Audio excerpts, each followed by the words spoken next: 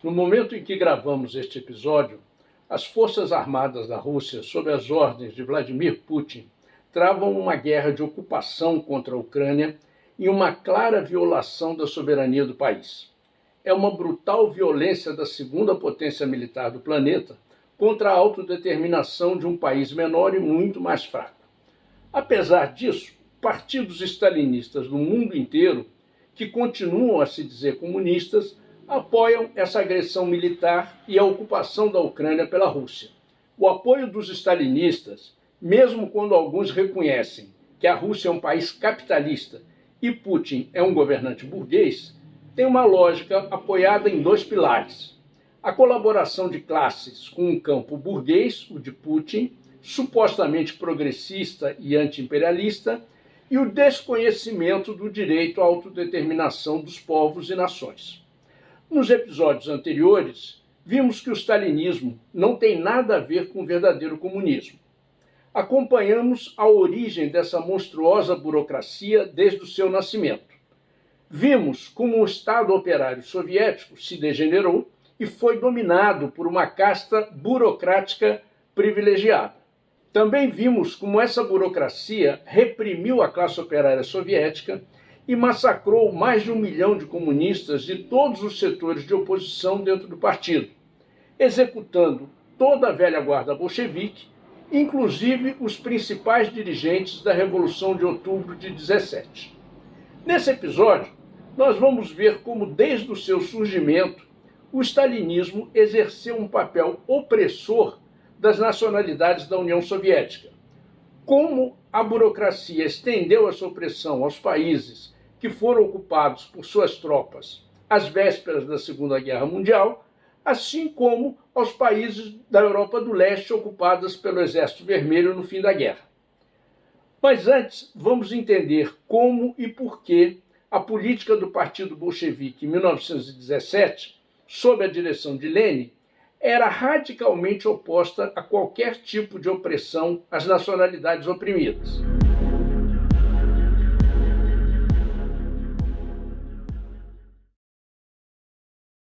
Quando o Partido Bolchevique tomou o poder, foi Lenin, o grande líder da Revolução Russa, que elaborou as posições sobre a questão nacional. Ele defendia a autodeterminação das diversas nacionalidades oprimidas pelo antigo Império Russo, que era conhecido por ser um cárcere de povos. Lenin defendia, inclusive, o direito dos povos oprimidos de se separarem da União Soviética se assim decidissem. Quando tomaram o poder, os bolcheviques aplicaram essa política e garantiram a independência, por exemplo, da Finlândia e dos países bálticos que haviam optado pela separação. Anos mais tarde, Trotsky, em uma série de artigos sobre a Ucrânia, lembrava a preocupação de Lenin com as nacionalidades oprimidas e como ele estendeu o direito à autodeterminação, quer dizer, a separação, tanto para os poloneses como para os ucranianos. Trotsky explicava que, para Lenin, toda tentativa de evitar ou adiar o problema de uma nacionalidade oprimida era considerado como uma expressão do chauvinismo, ou seja, do nacionalismo extremado grão-russo, isso é, da nação opressora. Segundo Trotsky, as propostas de Lenin refletiam a urgência de atender, na medida do possível, às reivindicações das nacionalidades que tinham sido oprimidas no passado.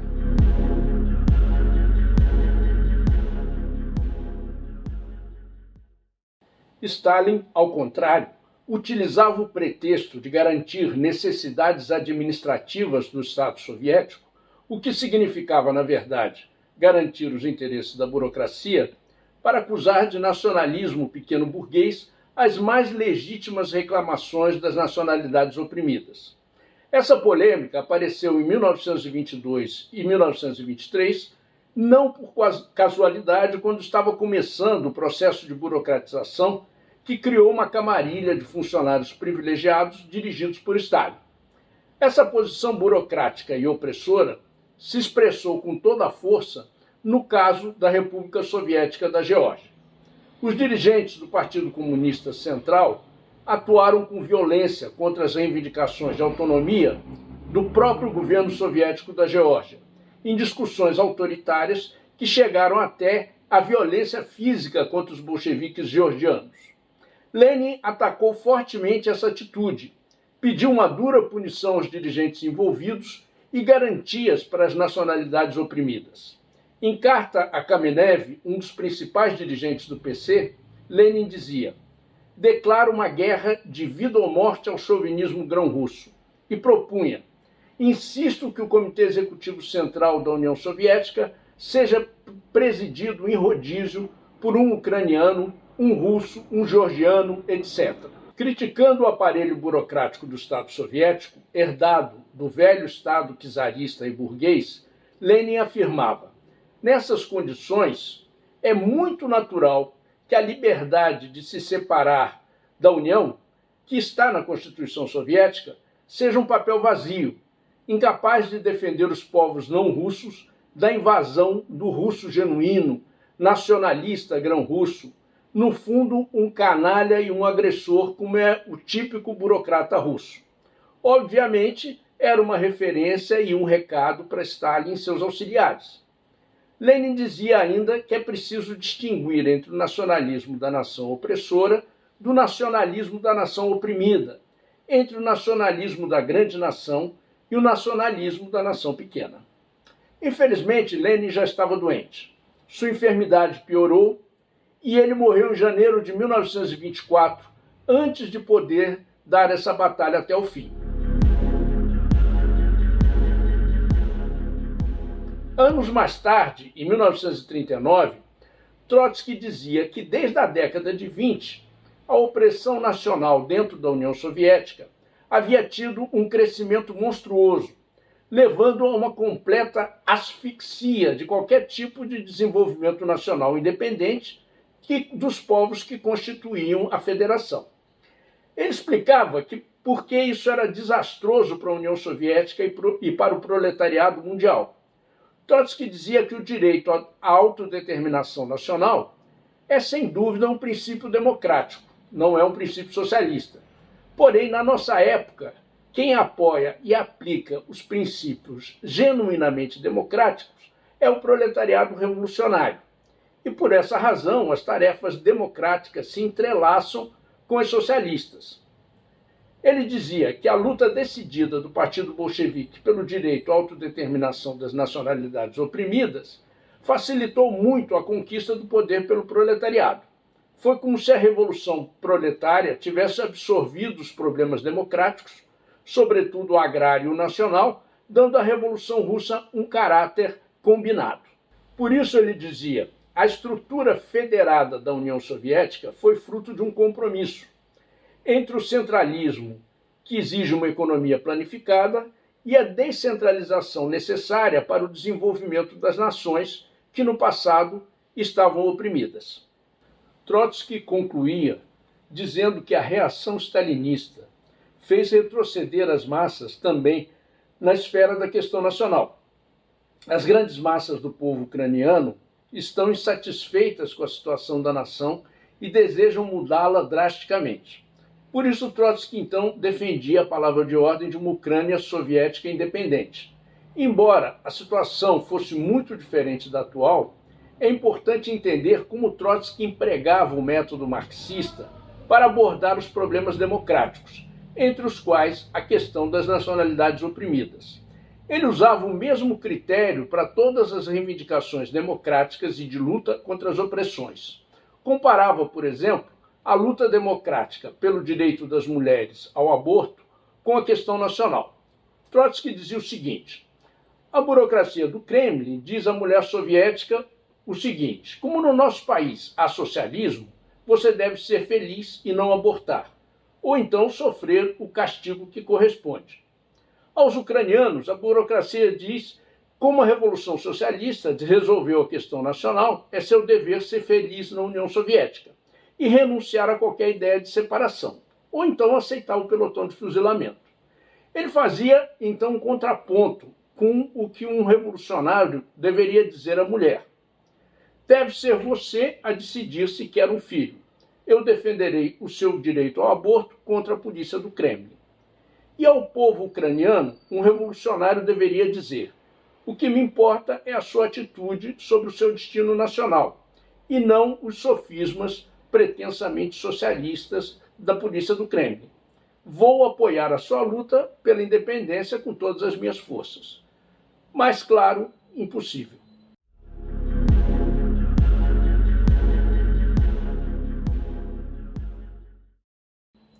Mas a opressão das nacionalidades por parte do stalinismo se aprofundou mais ainda.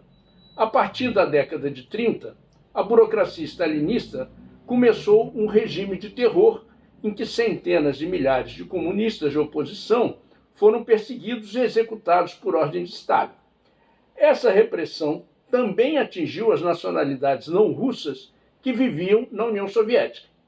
Por exemplo, em agosto de 1937, Yezhov, o chefe da NKVD, o organismo de repressão do Estado, assinou um decreto que levou à prisão de 350 mil pessoas, 144 mil delas polonesas e inúmeros bálticos e finlandeses.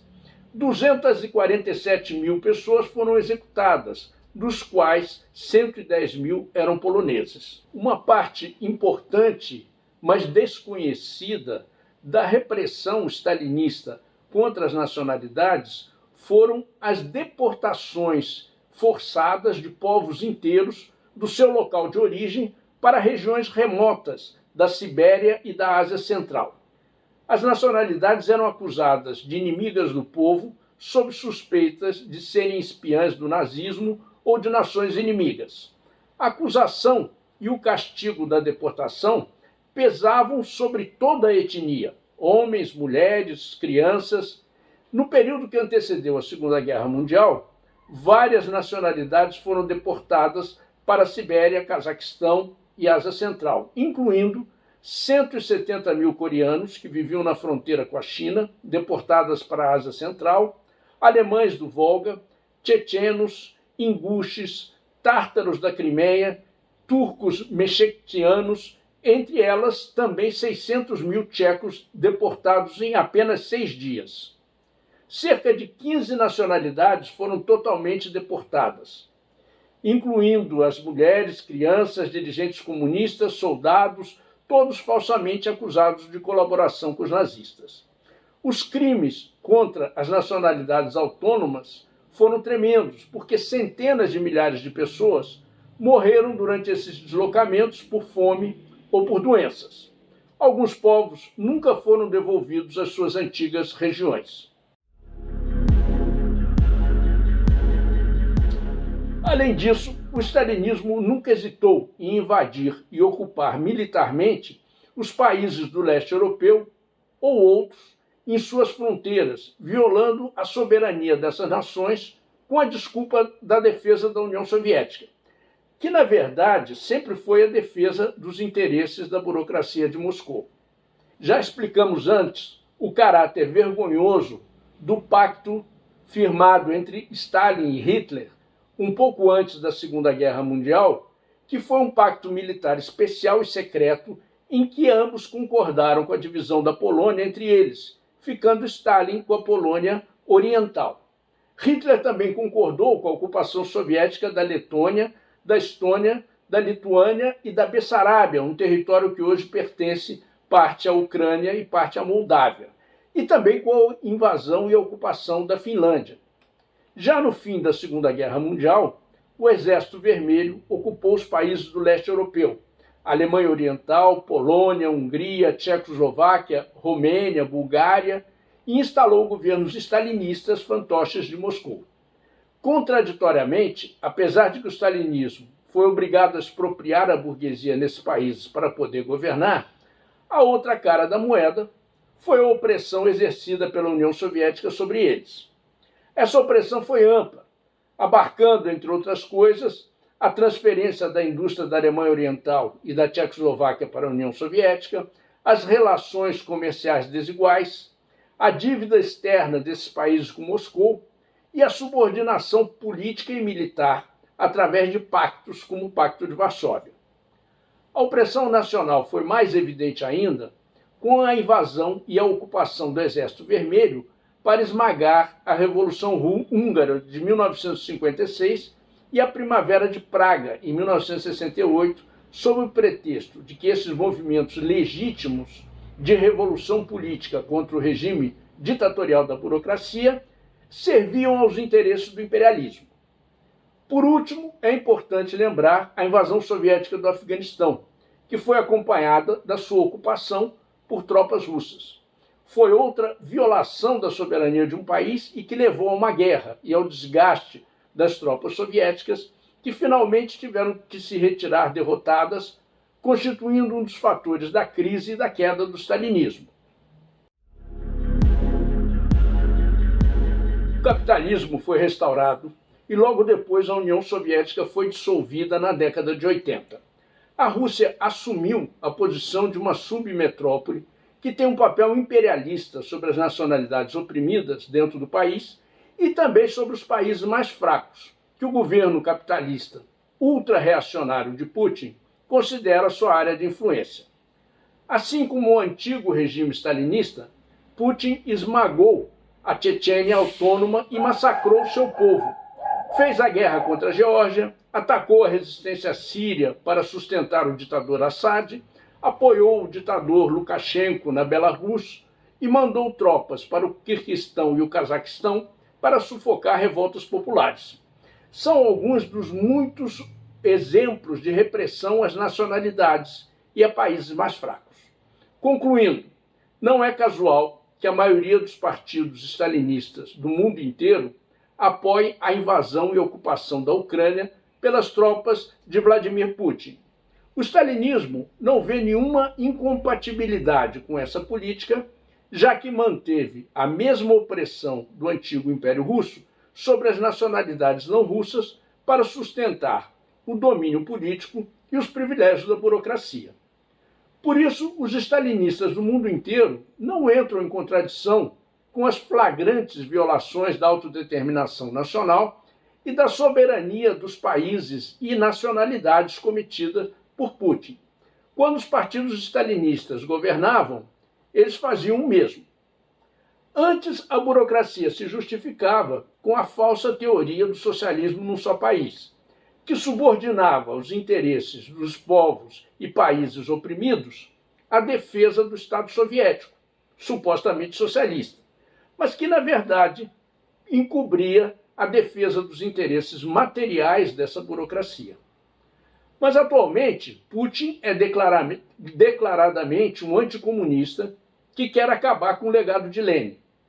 Mesmo assim, alguns stalinistas, que admitem que a Rússia é um país capitalista e que o governo de Putin é burguês, argumenta que ele faria parte, junto com a China, Cuba, Coreia do Norte, Venezuela e Nicarágua, de um suposto campo progressista que enfrentaria os Estados Unidos.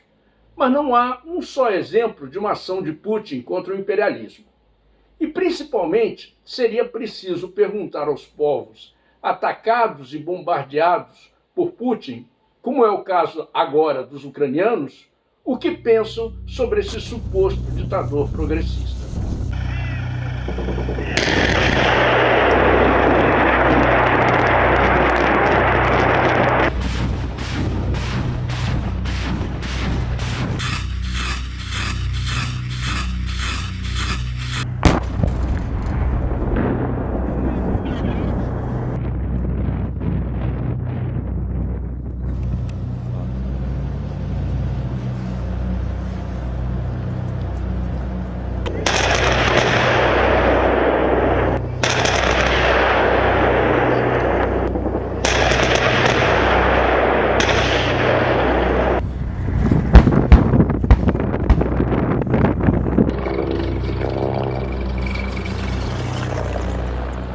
Чолика. Это пиздец. Кому это дозволено, а?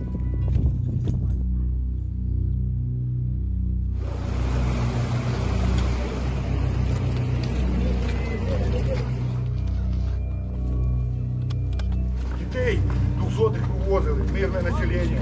Вони